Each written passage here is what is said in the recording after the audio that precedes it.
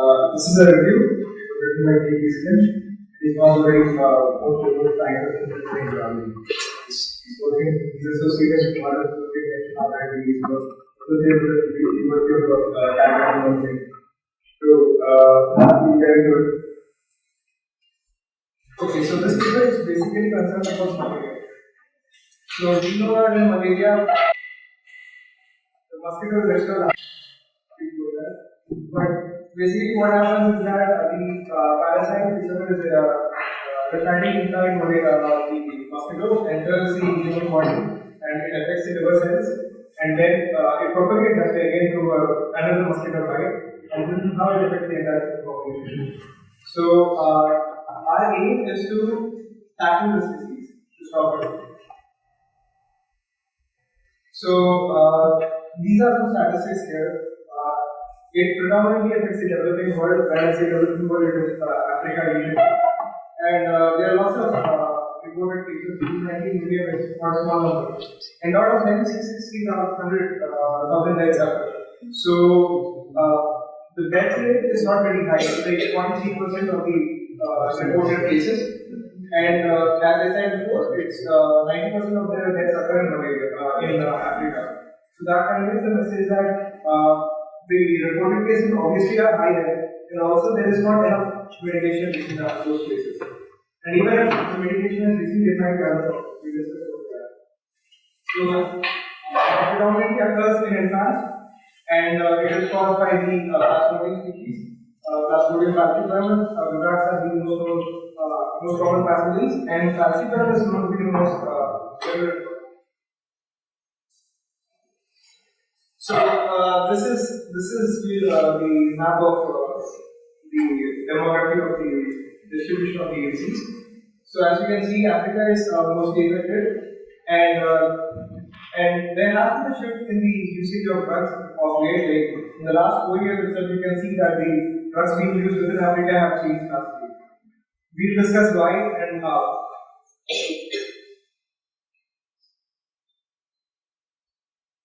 So, the good news about this is that the mortality rates have dropped by 26% in the last decade itself. But then, why are we discussing it? The falciparum, these are the traditional drugs we have always been using: chloroquine and sulfur dioxide pyrimethamine. So, these two drugs have been in the market for quite some time, but there is recent emerging trends in which the Plasmodium falciparum has shown resistance towards these drugs. So, though you use them, like you have heard of antibiotic resistance, right? This is an example of it. So, here comes this Artemisinin. This is basically a natural product that is found from these plants, Artemisia annua. This is found in Asia usually, predominantly in China and India. And the Chinese have used it as a medicine. Like not the compound, but from the bark, they used to extract some juice and apply it. So it was in place for the past 1800 years, but nobody knew what the actual compound was until the last half a century. So there is a problem about this particular compound. It cannot be economically produced either in natural habitats, that is through extracting it from plants, or in chemical synthesis, like in a reactor. So we'll address how we can produce this in the last phase. So this is a look at the chemical structure of the compound, and the Artemisinin project has been created to address this issue that we cannot economically produce it either solely in chemical synthesis pathway or in a natural habitat. So because of that, the problem is that, if for example, say I am producing from plants. In one particular harvest, say plants do well and I have an excess supply, prices go down. But in the next harvest, say there is a drought and there is no sufficient supply, prices shoot up. But malaria does not affect people based on the harvest, right? So this results in a volatile change of the prices and demand and supply. So because of which huge populations are getting affected. There are lives at stake.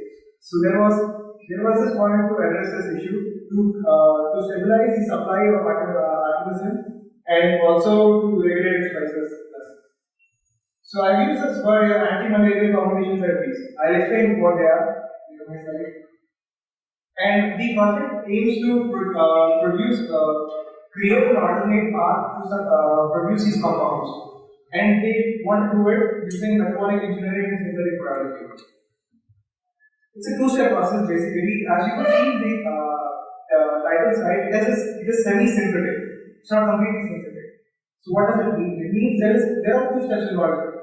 The first step is naturally, it's a biological pathway in which you use E. coli or yeast to produce some particular compound in the entire production process. And after that, you separate out those compounds and the precursor molecules and then subject them to organic chemistry synthetic pathway. So there you get your final product. So it is semi-synthetic. The synthetic organic chemistry involved in the second step contributes to this. So the entire the program has been successful, the project has been successful, and Sanofi has started producing it industrially. So within the next few months, probably we have it in the market. Or we already have it in the market.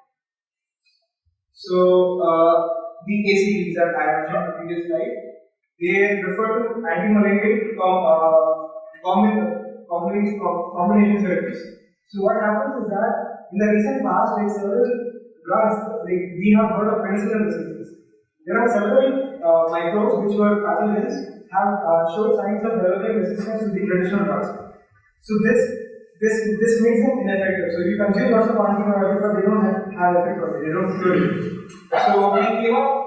We have started searching for new drugs, and in that way we came up with this Artemisinin. And one more process like the World Health Organization strongly supports the usage of this combination of drugs. So what happens is that you don't use a single drug molecule, you use a combination of molecules. Like in leprosy, we use three different molecules in different formulations to affect different populations. So in a similar way, like for the malarial cases, we use Artemisinin as a primary component. We also have other components that usually acts independently. The other component, there can be several other components. So Artemisinin is the prime component there. The mode of action of this Artemisinin is not completely understood, and it is hypothesized that Artemisinin affects the endoplasmic reticulum. It generates free radicals and it causes alkylation. Probably it affects protein, but we do not have any evidence yet. So the reason why we use these combination of drugs is, as I mentioned before, it's twofold. The combination is more effective, so the response time is quite quick. Like you have a medicine and you don't have the effect for at least next 7 days, you might have disastrous consequences there. So by using combination of drugs, you might bring down the response time to 3 days probably. So it happens usually in the combination of drugs. Also, like a pathogen might develop its resistance to one drug, 2, but not 3. So the probability of drug resistance decreases. And even if it develops the other drug molecule. So this is a natural pathway in which Artemisinin is produced in the plant. The plant, the species name is Aloe. So this is how it produces. The chloroplast is a plant, so it does photosynthesis and produces sugars. These sugars go into the pathways and produce. We get acetyl-CoA. Acetyl-CoA follows a mevlonate pathway. So through that pathway, it produces FPP. FPP is farnesyl diphosphate. So this particular compound, which is pretty long, it converts into amorphodine. That's a precursor molecule, and it does so using these enzymes amorphodine synthase (ADS). So this amorphodine can go into two compounds again, artemisinic acid and dihydroartemisinic acid. So usually in the current phase, like artemisinic acid is considered a stable precursor. So like people until here we can successfully we can produce good amounts of the molecules, but after that the final compound artemisinin we go for different ways because of keeping in view of the genes required. We need a huge supply, so the natural habitat might not produce enough molecules. Krishna, this whole thing, this whole reaction occurs within the chloroplast? Yes. No. The chloroplast is right and Dr. Once is because last part requires some light. Yes. There is a light dependent process. Right. And this also occurs inside the plastic. Right. Yes. So light is goes in chloroplast. It's a photocatalytic reaction. Yeah, but that's what I was trying to understand. So you need a photocatalysis. Yes. Okay. Sorry. So what happens basically is just some sugars that are produced in chloroplast. And the sugars are produced, the Krebs cycle and all takes place outside. From there we get the acetyl-CoA that is from cytoplasmic origin, and that acetyl-CoA, the rest of the is fine. So in short, this is the pathways that we have. This is the synthetic biology we have come up with. This is the metabolic engineering we have come up with. Okay, since I see some third years, I'll just explain briefly what metabolic engineering is and what synthetic biology is. Metabolic engineering, what you do is you read the existing metabolic pathways. You reroute what is existing in the network. So you reroute them to produce new compounds, or you reroute them to produce using different substrates, you get different compounds. So what is existing, you twist it as per your desire. And in synthetic biology, what you do is you use the basic elements that we get in natural habitats, we put them together and build something new out of them. Like for example, the synthesis of new genes. We do them nowadays. We have high throughput methods to develop new genes very faster. So that is what synthetic biology. I guess you get the idea of it. So these are the pathways that are existing in E. coli already. In synthetic biology, we are doing all those making the whatever we want in biological environment or in our laboratory environment.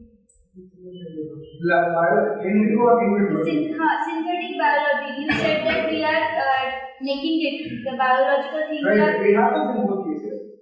It depends on what you want to do. You can do it both in vivo or in vitro. Okay, we are just doing it by our own.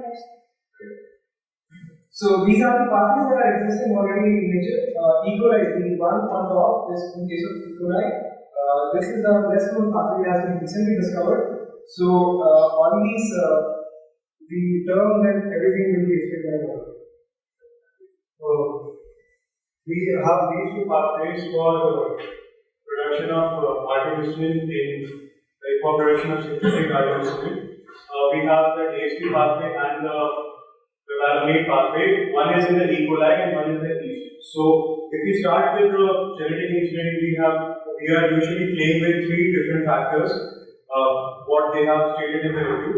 So the three different factors are the genes from the DHP pathway, which is there in the E. coli, then the genes from the mevalonate pathway in the yeast, and then the third is the genes like the amorphodyne synthase genes from A and O. A and O is these pathways are already present in E. coli or not.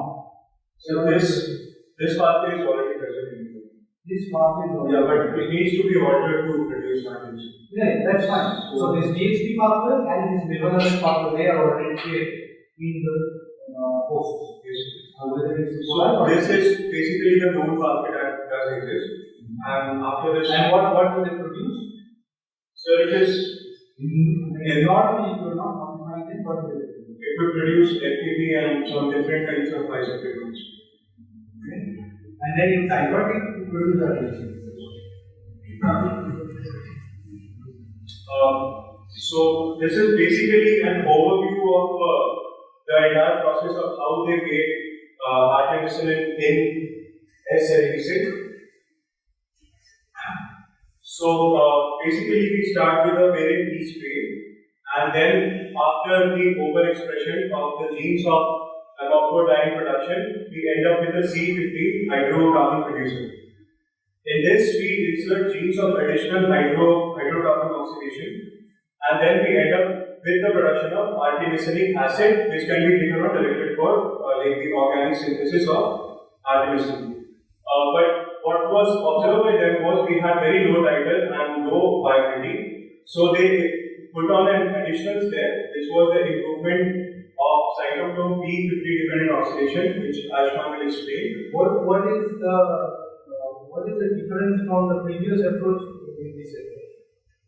So what happened was they first tried to, so in the DHT pathway, for the genes of the DHT pathway were overexpressed in E. coli, and then they observed that just by overexpression of the genes of, so basically we can form the artemisinin from both the inherent genes of DHT pathway and the mevaloate pathway. But if only the genes of DHT was overexpressed in E. coli, they did not achieve expected level of artemisinin production. So now they did the step that they did was they tried two things. One is overexpressing the mevaloate genes in yeast and overexpressing the mevaloate pathway genes of yeast in E. coli.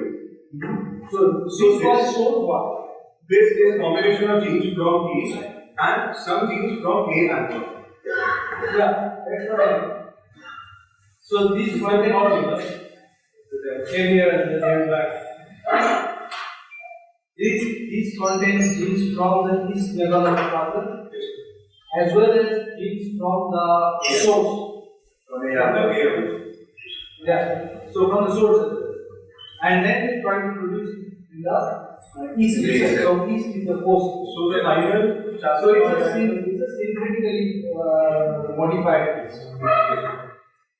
saccharomyces. Yeastling mode. That is yeastling mode. They have given some of the approaches, the different approaches that they tried when they were engineering with the E. coli. So we have the lefty operon, which I'll have to show you this pathway. This is a final figure which Aayushman will tell the final pathway at the right, but we have the lefty plasmid, which is basically which contains genes which is responsible for the synthesis of mevaloate. So what happened was when they did the expression of the lefty operon, they found that it is actually inhibiting the growth of their organism. So they hypothesized that an expression of the three encoded enzymes in the lefty operon led to activation of some pathway intermediate that they don't know. So the approach that they followed was they used the concept of tunable intergenic regions. So tunable intergenic regions is we have some regions between different genes. So these regions have the ability to be manipulated in the sense that we can add something like a hairpin sequence in that, and making these changes, we can see how the expression of the gene changes. So from the library of tunable intergenic regions, they made different possibilities and they did many alterations, and from that they screened for some increase in the mevaloate production. This is in E. coli. This is an S series. This modifications are done as series. So they tried initially in E. coli as well. The mevaloate was done in E. coli, and then they switched to S series as well. E. coli doesn't support. Yeah, does not support the. So after this, a screening for some increase in the mevaloate production was done. After the analysis of the metabolites, what they found was they found two critical factors. So the HMGS is 3-hydroxy-3-methyl-butyrate coenzyme A synthase. So this basically makes HMG-CoA. And we have another is the truncated HMGR. So it is basically a reductase. So it will reduce the concentration of HMG-CoA. So if HMGS is downregulated and the THMGR was increased, they found that we had a 7-fold increase in the mevaloate production. What is this HMGS? HMGS is the synthase. It's a coenzyme synthase which makes HMG-CoA. And what is the role of this CoA? The CoA is used in like the other metabolic pathways. So they initially did not know that HMG-CoA is actually inhibiting growth. They somehow from the tunable intergenic regions they did this experiment, and after the analysis they found that this is the possible reason. So it's like after experiment they are explaining that HMG-CoA was responsible for it. What is the pathway? So HMG pathway, what is the role of HMG is not exactly known. It has a different pathway. The HNG-CoA is like it inhibits the fatty acid biosynthesis. Okay, but this HNGS or the HNG is not anywhere related to the Artemisinin production. So it's not a part of the Artemisinin or the development pathway. It is basically responsible for fatty acid biosynthesis. It prevents. I understand. But it is not anyway a component of the development pathway or the Artemisinin production machine. So it is just one of the tools that so this is one of the trouble creators. So after they got 7-fold increase, then they tested. Then they understood that HNGS was one of the reasons. So probably this was this drawing some of the metabolites or the So what it actually did was metabolic flux was written somewhere else. So basically the entire cell growth was inhibited. So you did not achieve a very high artemisinin production. And that was because there was some change in the fatty acid. If the cell growth is inhibited, you have to understand that that is not a normal process. That's not what the cell wants to do. So possibly they added palmitic acid and they saw that the growth was like the addition of palmitic acid. So the cell growth is inhibited in response to the development pathway upregulation. Due to the upregulation of the development pathway or due to the upregulation of the pathway that leads to artemisinin acid production, it somehow elicits a response to it. This is the agency. And that gives the cell. Any one of the three things It's not a basic process of the cell. It's not basal cellular process. So any one of the three genes in the MEF is somehow related to HNG-CoA, and that is the reason why we see a change in the pattern. The vector that we use for transferring these genes to the after that, once they identified, they also they might have tried with many different reagents, but one that is specifically found was that addition of palmitic acid to the medium.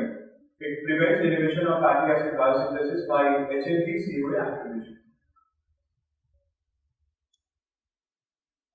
Now they tried a replacement attempt. So since they identified two main genes, so one was the HMG-R, which was coding the reductase, and so they tried to replace these genes in the yeast from genes of other organisms. And two organisms that they had was the E. faecalis and the Staphylococcus aureus. So the replacement of each HMG-R, which is encoded by THMG1 with type 2 HMG-R from either E. faecalis or Staphylococcus aureus, it increased the production of mevalonate. So possibly what could have happened is this gene encodes for the reductase, which decreases the concentration of HNG-CoA. So possibly these genes from the Staphylococcus is more effective in producing the reductase, which leads to a decrease in the HNG-CoA activity. Morphodine is the intermediate in Artemisinin. Yes, sir. It is converted to artemisinic acid and then to artemisinin. And originally it was found in parts. Yes. The other replacement that was done was that these HNG-S, the S basically which forms the CoA, the synthase, was also replaced with SOS. And finally, in the last step with these two replacements, they achieved, and some fermentation optimization process, they achieved a final production of 25 grams per liter. 25 grams per liter? In equalizer it was morphodine. The final 25 grams per liter. So, just before we start, now where we arrived, so we were discussing the one we discussed was a yeast strain that had modified components of the mevalonic acid pathway as well as some genes from the plant. Yes. So I'm going to describe the entire genes were added.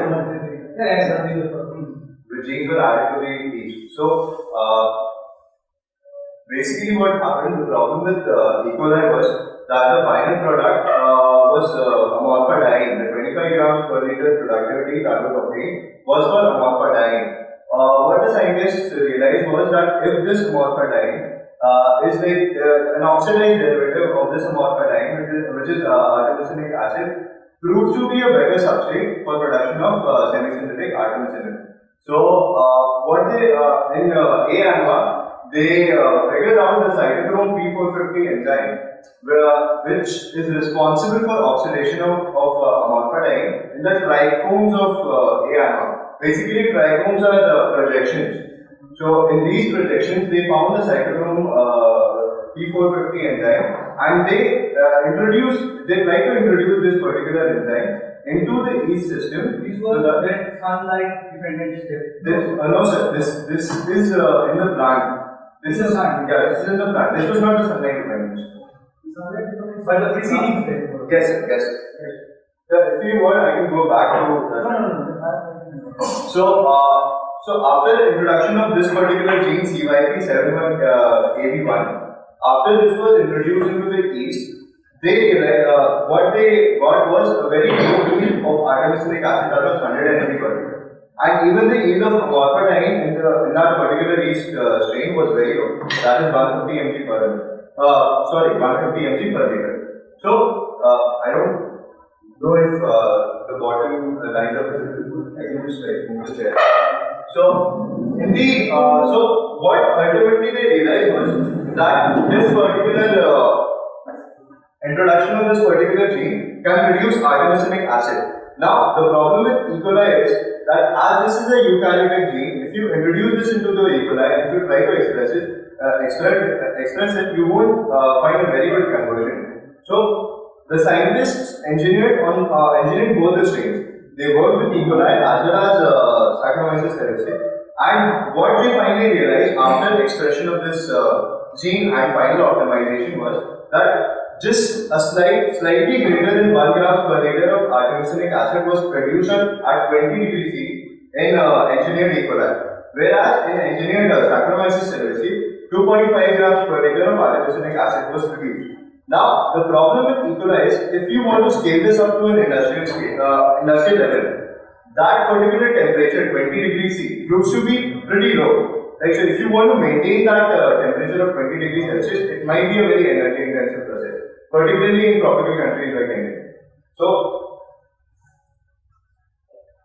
what they tried was to, now finally they realized that E. coli is not a good fit for this particular system. So, they switched on to yeast, but their initial yeast strain was Saccharomyces cerevisiae to S288C. Which is like the very basic gene to work, very basic yeast on which all the metabolic engineering is applied to. The problem with this strain is that it has very poor correlation. So they switched to an industrial, an yeast strain which could more, which could be applied to the industrial scale better. So they switched to the Saccharomyces cerevisiae Sen.pk2. But the thing is that this although had a better sporulation rate, but when it was scaled up to a bioreactor, it led to accumulation of acetate, which was due to expression of a gene called UBC21. Now, what the scientists did was, instead of getting into the details why the UBC21 gene is being overexpressed, why this accumulation of acetate is happening, what they did was, they overexpressed all the mevalonic pathway enzymes. Okay, and also what they did was they used glucose instead of galactose as a carbon source for this particular yeast strain. So ultimately, on a bioreactor scale level, what they got was 40 grams per liter of amorphidine was produced, which is a great leap from its initial 150 mg per liter of amorphidine. 150 mg per liter of amorphidine being produced. But the corresponding artemisinic acid production, which was like the conversion, this oxidation, was not observed. So now the next level was they had achieved a high level of amorphidine production. What they wanted to do now was to increase the artemisinic acid production. If you remember, I had mentioned that E. coli they achieved a production level of 25 grams per liter of amorphidine in E. coli. Their target was to achieve the same concentration with artemisinic acid using the yeast system. Now, what they realized on further study was that all the yeast cells where we had introduced this particular gene, the oxidative gene, CYP71AD1, right? They showed a decrease in viability. That was because of the oxidative stress that was introduced by this particular gene inside the cell. So, on further studies, what they realized was that there were two genes responsible for this particular oxidation. One was this CYP gene and one was the CPR1 gene. In general, if you see, the way they work is that the CYP gene is much more expressed. The expression rate of CYP gene is much more than the expression rate of CPR gene. But as they have introduced both these genes using a similar promoter, which in this case they have used a galactose promoter, a similar expression level was obtained for both the genes, right? So the CPR1 gene was almost being expressed to similar levels with CYP gene, which was leading to this oxidative stress and decrease in viability. So what they did was they lowered the expression level for this particular reductase gene, and what they observed was that it improved the viability, but the concentration of artemisinic acid was still less. Right. So now the cells can survive, but they still cannot produce artemisinic acid.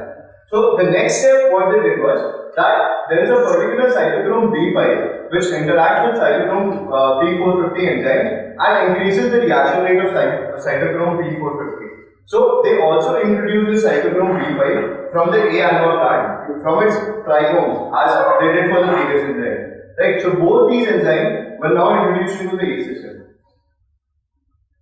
This is just a slide of the various steps that they have taken. Till now, we have reached here. This is CPR gene. I don't think it's visible from the back. But this particular gene is the CPR gene. That is the CYP gene. This is the CYP gene. This is the CPR gene, which was incorporated. And it led to production of artemisinic acid. Now I will also explain further the artemisinic alcohol production and the artemisinic aldehyde production.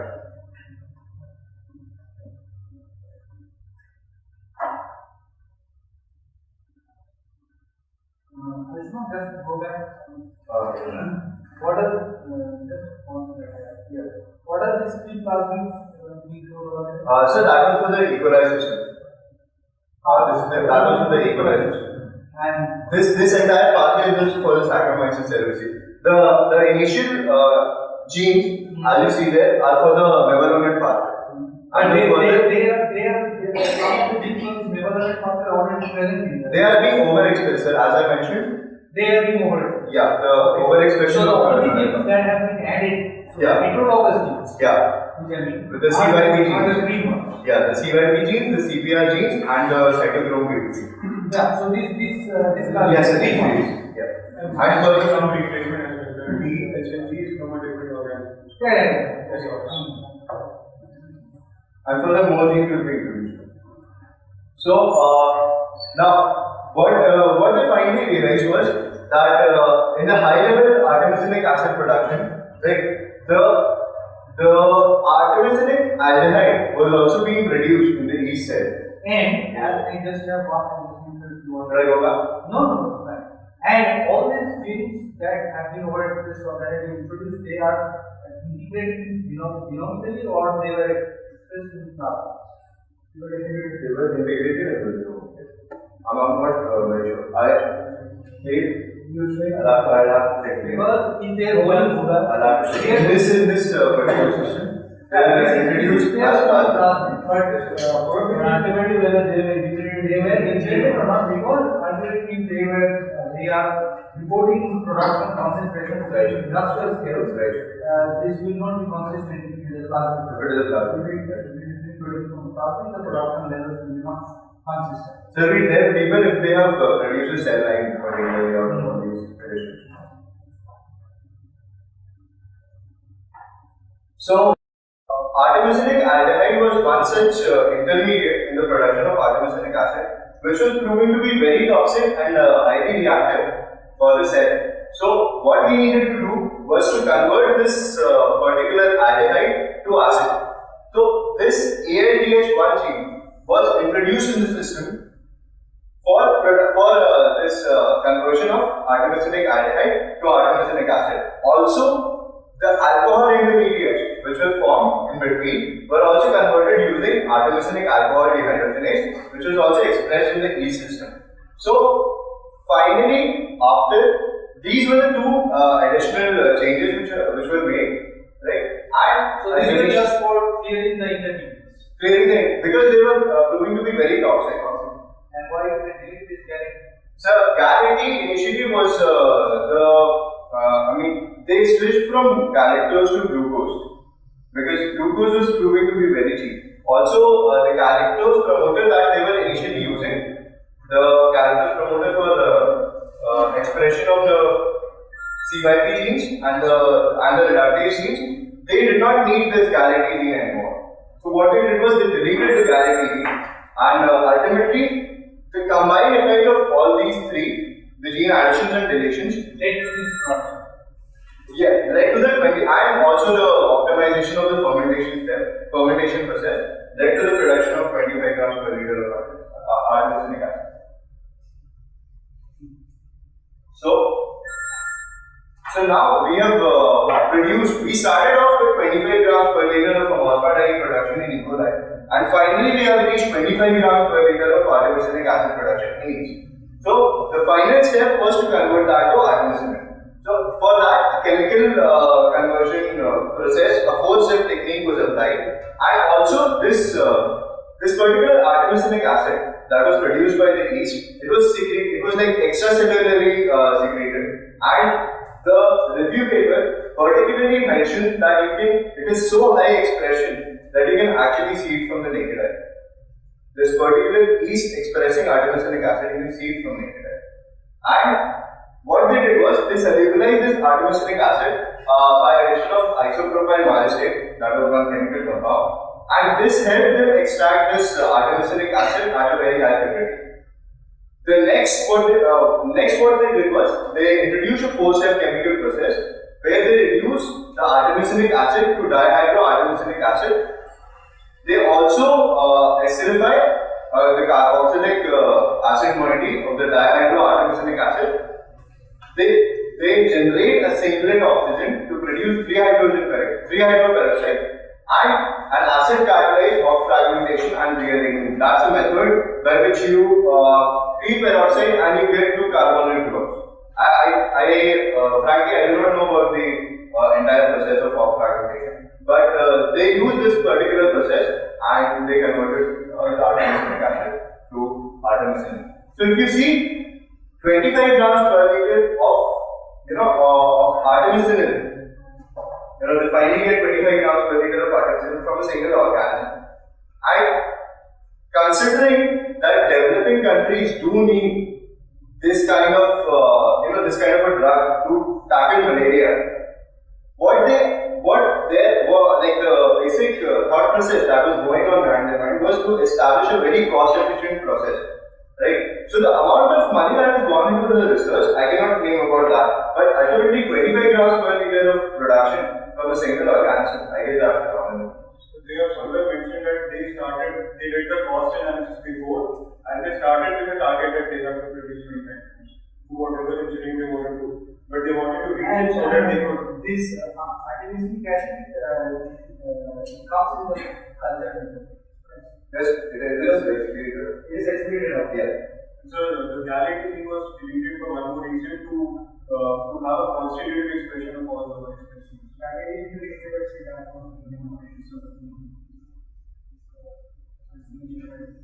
So what was the carbon source?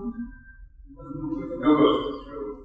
Because it's also cheaper than that. So initially galactose was used just as a metabolic inducer.